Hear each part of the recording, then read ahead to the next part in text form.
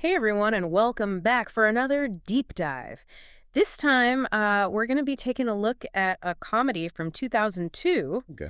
called The Hot Chick, starring Rob Schneider. Right. And yeah, this movie is it's definitely a product of its time, as we're going to see. For sure. And we've got this really interesting review that really digs deep into this film and kind of how it holds up today. Okay. Sound good. So, yeah, let's just dive right in. So, The Hot Chick, it's a body swap comedy. Mm-hmm. And like we've seen this trope before Yeah. in so many like classic comedies like Freaky Friday or even Big. Yeah, totally. Like, it's a pretty well-worn concept Yeah. at this point. But this film tries to do something a little different with it. Okay. So instead of just the mind switching, Right. the body's actually fully transformed, Whoa. which adds like a whole other level of absurdity to it. Yeah, that's a pretty interesting twist on the classic formula. Yeah. I mean, just thinking about the visual comedy potential there Right. is huge. But also, like, you could really dive into some interesting themes with that. Totally. Like, you could explore identity, gender roles, even empathy and understanding. Yeah. There's so much you could unpack there. Yeah, like there's a lot of potential there. For sure. But the review kind of points out that the film doesn't really explore those deeper themes. Oh, interesting. So it kind of stays on the surface level? Yeah, it seems like they prioritize like the slapstick humor Okay. over those more like nuanced possibilities. Yeah, I can see that. I mean, it is a Happy Madison production Right. from the early 2000s, so. Yeah, that definitely sets certain expectations for the type of humor we're in for. Yeah, their style is very distinct, particularly in that era. Yeah, for sure. Like, it's very broad, often relies on stereotypes and gags that maybe haven't aged as gracefully. Yeah, you're telling me. And The Hot Chick definitely leans hard into that style. Okay, so how does that manifest in the film? Well, I mean, you've got Rob Schneider playing like a teenage girl stuck in a grown man's body. And a lot of the humor revolves around like really exaggerated physical comedy Okay. and jokes about, well, things that teenage girls typically deal with. Right. And the review actually makes an interesting comparison to Jim Carrey, Okay. who is like a master of absurdity. Mm-hmm. And what makes Carrey work, even when he's being totally over the top, Yeah. is his like complete commitment to the bit. Like there's an energy there that's almost infectious. Totally. But with Schneider's performance in The Hot Chick, it feels more like he's trying too hard, Mm-hmm. and the humor just kind of falls flat as a result. Yeah, I can see that. Like, sometimes that over-the-top style can work, Yeah. but it really depends on the performer and the material. Yeah, totally. And the review also points out that the film seems to rely on the same few jokes over and over again. Oh, really? Like, they kind of beat a dead horse. Yeah, it's like they had a handful of gags about like periods and high heels Uh-huh. and just kept repeating them, hoping something would stick, Right. which really just highlights the lack of depth in the humor. Yeah, it can get pretty tiring when a movie relies on the same jokes over and over again. Totally. It makes it feel predictable and honestly a bit tedious. For sure. And what's even more baffling is that this film has like a surprisingly good cast. Oh, really? Who else is in it? You've got Rachel McAdams, Whoa. pre-Mean Girls and The Notebook fame, Gotcha. and Anna Faris, who is known for her amazing comedic timing. Yeah, she's so funny. It's almost like tragic how underutilized they are in this film. Oh, wow. That's a shame. Like, they have so much potential, I know. but the script didn't really give them much to work with. Yeah, McAdams is basically playing like this one-dimensional popular girl character. Okay. And Ferris is stuck in this sidekick role that mostly consists of reacting to Schneider's antics. Yeah, that's disappointing. It is. Like, you'd think with a cast, like, that they could have created something truly special, Right. but it seems like the script just wasn't there. Yeah. And so with all that said, what about the direction? Yeah, good point. Can we blame the director Tom Brady for some of these comedic misfires? Well, the review calls his direction serviceable, Okay. which I think is a polite way of saying it doesn't add much to the overall experience. Right. There's no real visual flair. Mm. The pacing feels off, Mm. and the comedic timing is consistently awkward. It almost feels like the director was just going through the motions, Yeah. like content with letting the script and the actors carry the weight. Right. But when the script itself is lacking, even the best director would struggle to salvage the material. That's true. And what's really surprising is that this film had a budget of $34 million. Wow. You'd think with that kind of money, they could have afforded a few more creative risks, Yeah, maybe even some visually stunning set pieces or special effects, totally. but it all feels very generic, like a standard sitcom episode, Okay. stretched out to feature film length. It's kind of like they played it super safe Right. and didn't really deviate from like a tried and true formula. Exactly, and it makes you wonder, like, why even bother with that big of a budget Yeah. if you're just going to play it so safe? Especially for a comedy. Yeah. Like you'd think they'd want to take some chances and really try to push the boundaries. Yeah, totally. Yeah. So we've talked about the humor or lack thereof, Right. the performances, and the less than inspired direction. But what's even more interesting is to consider like the cultural context Oh, yeah, for sure. in which this film was made. Right. Comedy has evolved so much since the early 2000s. Absolutely. And what might have been considered edgy or acceptable back then wouldn't fly today. Oh, yeah, definitely. The review actually calls out the fact that many of the jokes in The Hot Chick Mhm. rely heavily on stereotypes Yeah. and humor that would be considered offensive and insensitive by today's standards. I can definitely see that. Like Yeah. what might have been seen as edgy back then Right. could be viewed as completely inappropriate now. Yeah. And it's not just about being politically correct. Mhm. It's about recognizing that comedy can perpetuate harmful stereotypes and reinforce outdated social norms. Exactly. It's about being mindful of the impact that humor can have Totally. and making sure that it's not contributing to harmful ideas or beliefs. And it makes you wonder if a film like The Hot Chick could even be made today without facing significant backlash. Yeah, it'd definitely be interesting to see how it would be received by a modern audience. Yeah, it feels like a relic of a different era, a Yeah. time when certain types of humor were more readily accepted, For sure. even celebrated. Like it's a time capsule of sorts. Yeah, And it reflects the comedic sensibilities of that particular time period. totally. And so, we're going to dive into a bit later in this deep dive. So, yeah. Some classic body swap comedies that have stood the test of time. Sounds good. And we'll try to pinpoint what sets them apart from films like The Hot Chick, Okay. which seem destined to remain trapped in their respective decades. Yeah, I'm curious to see what those key differences are. Me too. But before we get ahead of ourselves, let's circle back to The Hot Chick Right. and delve into some of the other aspects that the review highlights. Perfect. So what else does this review have in store for us? Well, let's just say it's not exactly brimming with praise, Okay. but there are a few interesting observations Okay. that might help us appreciate or at least understand this film Mhm. within its cultural context. I'm intrigued. Lay it on me. What hidden gems did this review unearth? Well, it's not exactly a hidden gem, Okay. but the review acknowledges that some viewers might find a certain nostalgic appeal Okay. in the film's early 2000s aesthetic. I can definitely see that. Like that kind of over-the-top fashion, the slang, the music. Right. It's like a time capsule. And Yeah. for those who grew up in that era, Mm-hmm. it might evoke a sense of nostalgia. Yeah, and fondness. For sure. There's something about revisiting the pop culture of your youth Yeah. that can be oddly comforting, Totally. even if the content itself hasn't aged particularly well. It's like a reminder of simpler times Mm. before social media and the constant barrage of information overload. Exactly. And I think there's a certain charm to those early 2000s comedies. Yeah, Even if the humor is often cringeworthy by today's standards, for sure. it was a time of experimentation, of pushing boundaries. Mhm. And sometimes it worked and sometimes it didn't. Yeah, that's a really good point. Yeah. We can't judge films like The Hot Chick too harshly Right. without acknowledging the comedic landscape of the time. For sure. It was a different era. Yeah. And what might seem outdated or even offensive today was often considered edgy and subversive back then. Totally. It's Yeah. all about perspective, isn't it? Yeah. We can learn from the mistakes of the past Mm-hmm. and strive to create comedy that is both funny and socially responsible. Okay, so we've established that The Hot Chick is a product of its time, Yeah. for better or for worse. Exactly. But I'm curious, does the review delve into any specific scenes or jokes? It does illustrate this point. Okay, now I'm really curious. Yeah. What scene are we talking about?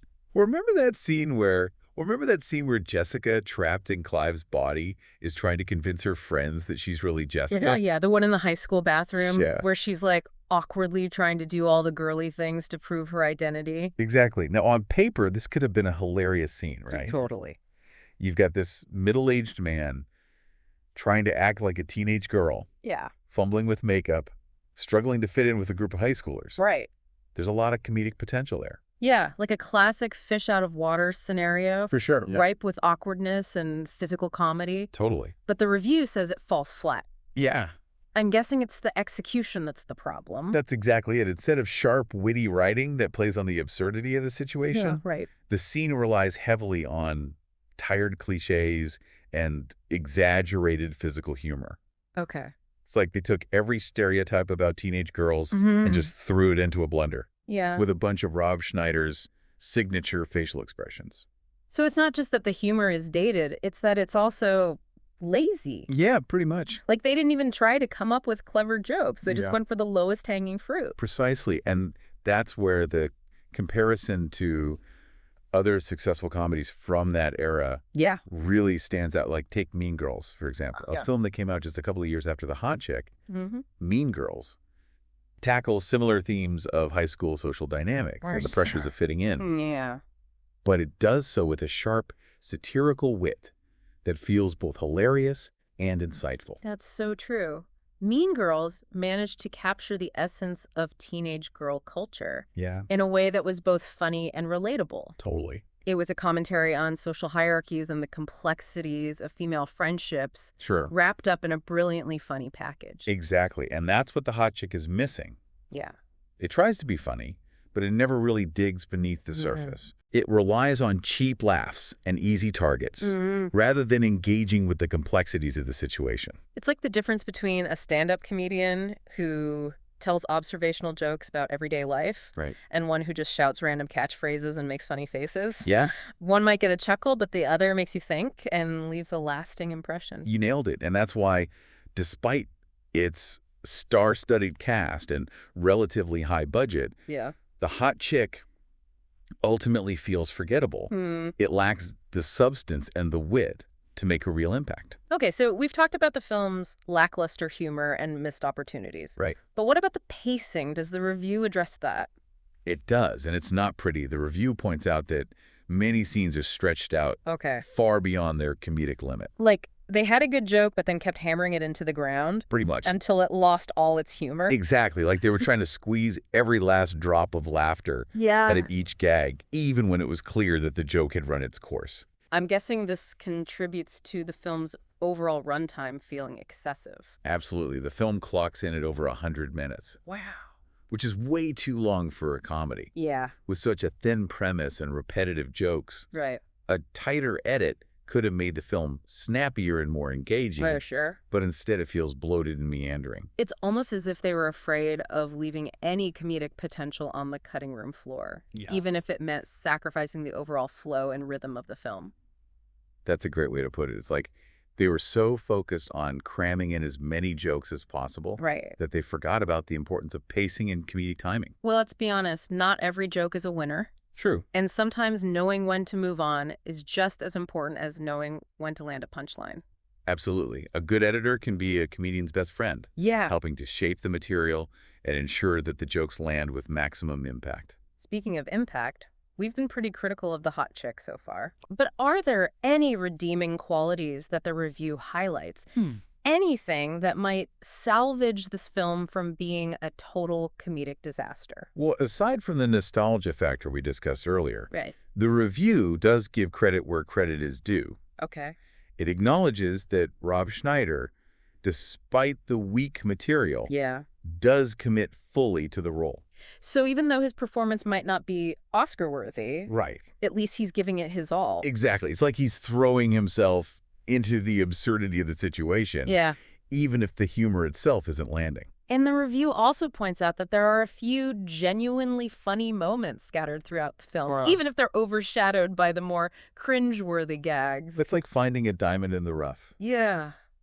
A rare glimpse of comedic brilliance amidst a sea of mediocrity. I guess even in the most critically panned comedies, Yeah, there's bound to be a joke or two that hits the mark. for sure. After all, humor is subjective. Right. And what one person finds hilarious, another might find utterly groan-inducing. Absolutely. And sometimes even a bad movie can provide a few good laughs, Yeah. whether intentionally or not. Totally. But I think it's safe to say that The Hot Chick isn't a film Okay. that's going to be remembered for its comedic innovation Right. or groundbreaking humor. Okay, so maybe not a cinematic masterpiece. Right. Maybe a decent Friday night watch. Sure. If you're in the mood for some mindless entertainment and Yeah.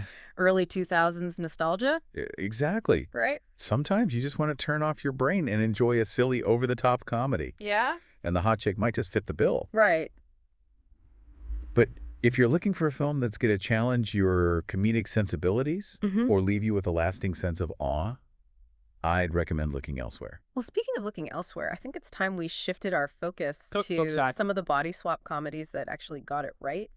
Right. You know, the films that managed to balance humor with heart insight Right. and maybe even a touch of social commentary.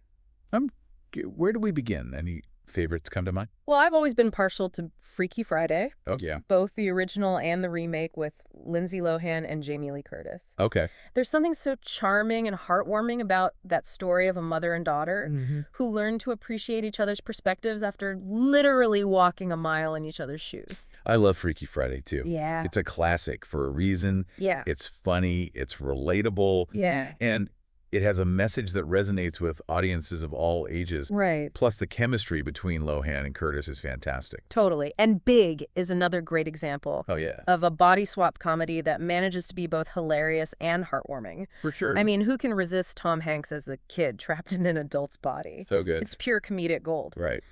But it also touches upon some really poignant themes about childhood, adulthood, and the importance of staying connected to your inner child. Big is such a gem. And it really highlights the potential of the body swap genre Yeah. to explore deeper themes and emotions. Right. It's not just about the physical transformation. Right. It's about the internal journey that the characters go through Yeah. as they navigate the complexities of their new realities. Right. It's like these films remind us that there's so much more to the body swap trope than just cheap laughs in awkward situations. For sure. It can be a vehicle for exploring identity, empathy, and the challenges of navigating different stages of life. And that's what's so exciting about this genre. Yeah. It's full of possibilities. Totally. Imagine a film where a politician swaps bodies with a social activist. Oh, wow. Or a CEO with a factory worker. The Yeah. potential for social commentary and thought-provoking humor is endless. Oh my gosh, those are amazing ideas. Right. I'd love to see a body swap comedy that tackles issues like climate change, Yeah. social justice, or economic inequality. Absolutely. It could be a way to engage with these important topics in a way that's both entertaining and thought-provoking. So exactly. It's about using comedy as a tool for social change, for sparking conversations and challenging perspectives. Yeah. Who knows, maybe we'll inspire a new generation of filmmakers Right. to create body swap comedies that are both hilarious and meaningful. I hope so. But for now, let's get back to The Hot Chick Right? and see what else the review has to say about this cinematic oddity. Okay, so let's delve back into the review it goes on to discuss. Yeah. Okay, so let's delve back into the review. It goes on to discuss how The Hot Chick, while not exactly original, still manages to tap into a comedic concept with so much potential, the whole body swap thing. It's true. Like, that idea alone offers so many possibilities, right? Absolutely. Yeah. It's like a blank canvas for exploring themes of identity, empathy. Even a human condition, you can use humor to tackle serious issues, almost like sneaking in some social commentary under the guise of laughter. I love that using comedy as a Trojan horse to deliver a message, Right. making people think while they're chuckling. So let's play a little game. If we were to create a body swap comedy for today's audience, what would be our ultimate recipe for success? Ooh. I like this game.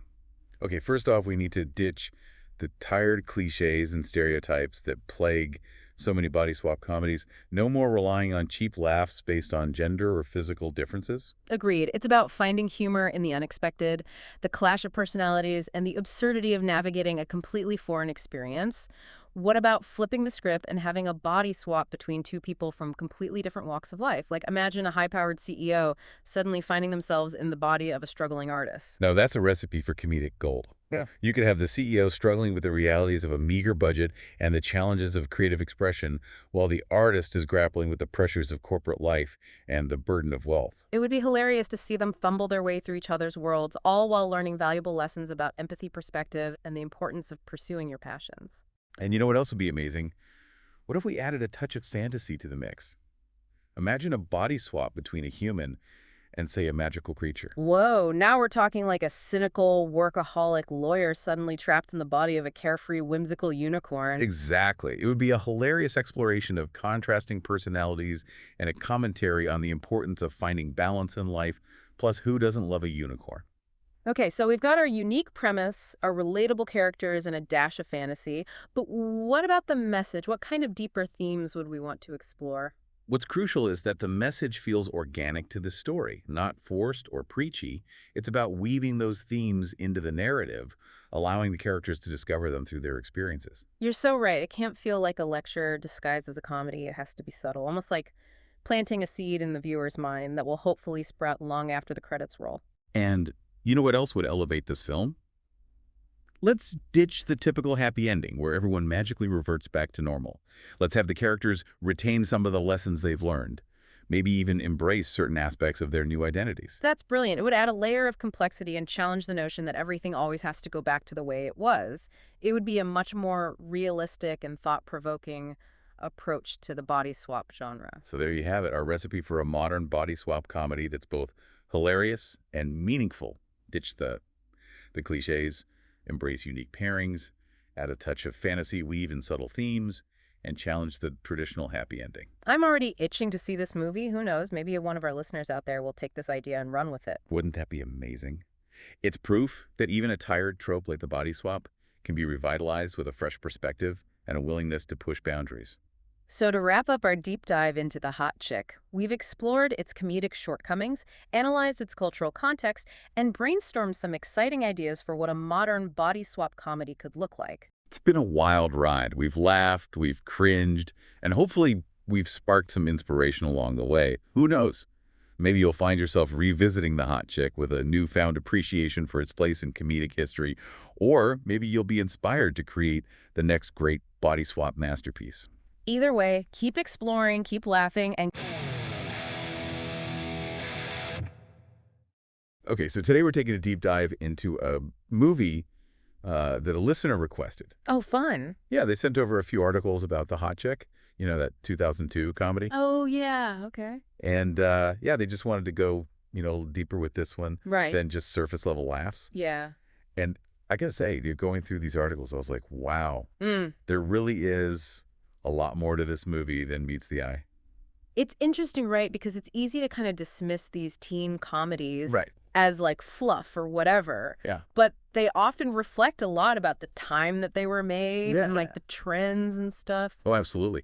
And speaking of things that were trendy back then, we got to start with Rachel McAdams. Oh, yeah. Like this was early McAdams. This was like pre-Mean Girls, pre-The Notebook. Right. And she's playing a character that spends almost the entire movie in a man's body. Oh, wow. I mean, what a unique acting challenge, right? Yeah, I mean, that's going to be so hard to do, like, to get the physicality right. Totally. You know, playing, like, a teenage girl Right. trapped in an adult male's body. Yeah. But she also had to, like, convey the character's essence at the same time. Right. It's just, like, amazing how she pulled it off. Yeah, it's pretty impressive. Like, you remember that scene with the basketball? Oh, yeah. Like, she is so awkward in that scene. Mm-hmm. But, like, you can totally see the teenage girl's frustration, like, underneath it all. Yeah. It's actually a really subtle performance. It's like it hints at all that, like, amazing comedic talent that she would later show. Oh, you know, yeah, for sure. in her later roles. So, obviously, we got to talk about Adam Sandler. Okay. Yeah.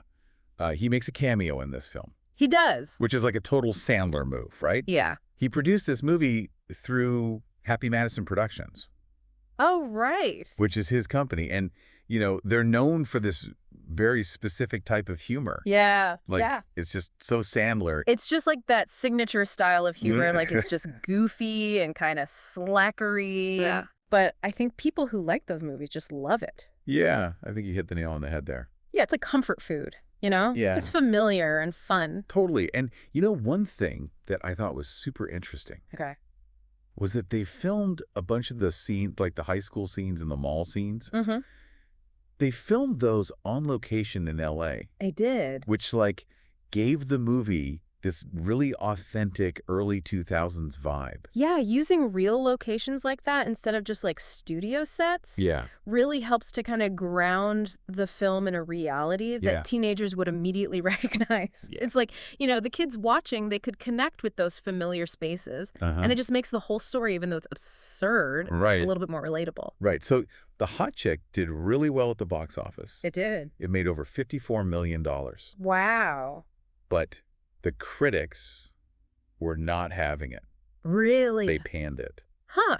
So I'm curious, like, is that a common thing in Hollywood? Like, does a movie need critical acclaim to be considered good or successful? Yeah. I mean, it definitely happens sometimes. Right. Like sometimes a movie just connects with audiences on like a pure entertainment level. And maybe like the hot chick just like hit the right chord Yeah. at the right time, Yeah. regardless of what like the critics thought. Right. And speaking of connecting with audiences, Yeah. it's so interesting that this movie has like built this cult following. It has. Like people who were teens in the early 2000s Hmm. seem to just love this movie. Hmm. Like, why do you think that is? Well, nostalgia is a powerful thing, right? That's for sure. And this film is such a snapshot of that era, like the fashion and the music Yeah. and just like overall teen culture. Totally. So I think for people who grew up with it, Uh-huh. it just like taps into those memories. Yeah. Plus, sometimes you just want a movie that's like pure fun, Yeah. even if it is a bit silly. Right. You know? Yeah, sometimes you just need that. Yeah. So, okay, we've got this early work from Rachel McAdams Uh-huh. and, classic Adam Sandler cameo. Right.